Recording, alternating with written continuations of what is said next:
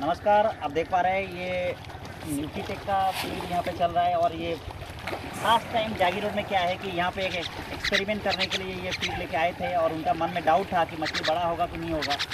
तो मैं इनको बाय फोर्स के लिए क्या किए थे कि बोल रहे थे कि एक बार मछली एक बार न्यूट्रीटेक का फीड यहाँ पे इस्तेमाल करिए और वो एक एक करके 3-4 बार 5 बार लाए। उसके बाद ये 15 पैकेट दाना यहाँ पे लाए थे। इनका मछली का जो साइज़ था बहुत छोटा था। आज का डेट में इनका मछली का साइज़ आपको यहाँ पे देखने को मिलेगा और ये छोटा साइज़ में ही बहुत निराश हो गए थे कि मछली बड़ा नहीं हो रही थी। तो जिसका कारण से क्या है कि बेचना चाह रहे थे। तो मैं एक बार इनका फिशरी में विजिट करने आया था और उनको बोला था कि आपका मछली बहुत अच्छा साइज़ में है, आप जैसे ही फीड कंटिन्यू करेंगे आपका मछली बड़ा हो जाएगा। तो आज का डेट में आपको ज़रूर यहाँ पे देखने को मिल रहा होगा कि मछली एक अच्छा साइज़ में आया हुआ है और मछली का साइज़ भी बड़ा हुआ है। तो दोस्तों इनसे हम बात करेंगे असामीज़ में, क्योंकि ये असामीज़ में कंफर्टेबल रहेंगे और न्यूट्रीटेक का दाना खिलाने के बाद इनको क्या मिला है तो इनसे अगर बात करने के बाद मालूम चलेगा। अच्छा अपनी कक न्यूट्रीटेक दाना खुआई पेला अपनी केनेकुवा पाइছে? আদাখিনি আৰু বেছি হৈছে। আগত 2 বছৰ যেনেকুৱা যিমানখিনি হৈছিল হয় নতুন পেকেট দানা খুৱাওঁতে আৰু এইখিনি হৈছিল আৰু আদাখিনি। আচ্ছা মানে 2 বছৰ আগতে আপুনি যি সাইজত আছিলে এতিয়া আপুনি 15 পেকেট দানা খুৱাই পেলা তাতকৈ ডাবল সাইজত আহিব। ডাবল সাইজত আহিব। মোটামুটি আজি কিমান দিনৰ পৰা আপুনি ন্यूट्रीटेक ফিডটো খুৱাই আছে? 1 মাহ? প্ৰায় 1 মাহ হৈ গ'ল। 1 মাহৰ ভিতৰতে মাছৰ মোটামুটি ইয়াতে 6 কুইণ্টেলমান মাছ আছিলে। একবাৰ মাছক মই দেখাব দিম। মাছক যিহেতু সাইজ দেখিলে গম পোৱা যাব যে মাছৰ সাইজ প্ৰকৃতাৰ্থত কিমান কেনেকুৱা হৈছে।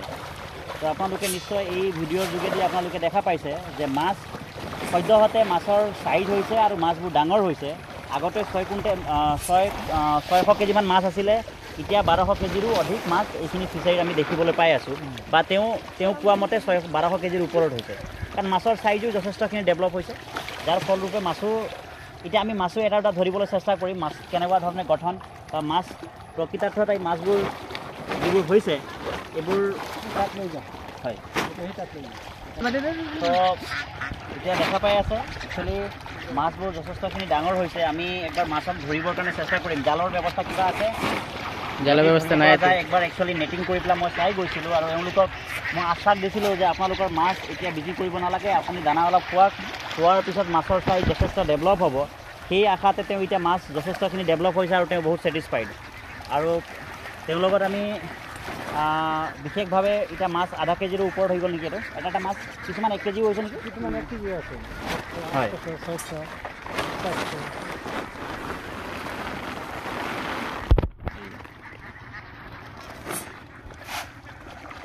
দেখিছেনে মাছ কেনেকৈ ধৰি আছে জানাব।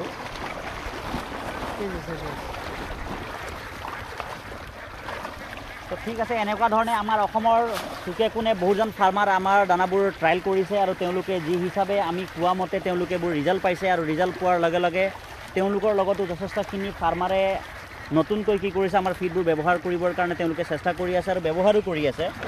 আৰু তাৰ মূল কাৰণ হ'ল কাৰণ তেওঁলোকে লাভ পাইছে আৰু প্ৰত্যেকজন ফাৰ্মাৰে দানাবোৰ এই কাৰণে খুৱায় যে তেওঁলোকৰ লাভৰ পৰিমাণটো বেলেগ দানাৰ তুলনাত কিমান বেছি হৈ আছে। কাৰণ চবৰ উদ্দেশ্য একেটাই থাকে যে আমি কিবা এটা বস্তু খৰচ কৰাৰ পিছত তাৰ পৰা আমি লাভ কি পাইছোঁ।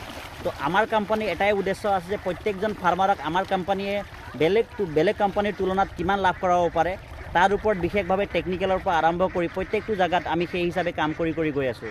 আৰু আশা থাকিব আহি থকা টাইমত আমাৰ ফাৰ্মাৰ আমাৰ লগত যিকেইটাই কাম কৰিছে তেওঁলোকে যথেষ্ট উপকৃত হ'ব আৰু আমাৰ প্ৰডাক্টৰ পৰা তেওঁলোকৰ লাভৰ পৰিমাণটো বেলেগৰ তুলনাত বেছি হ'ব। ঠিক আছে, ভিডিঅ'টো খুব বেছি লম্বা নকৰি এইখিনিতে শেষ কৰোঁ। জয় হিন্দ।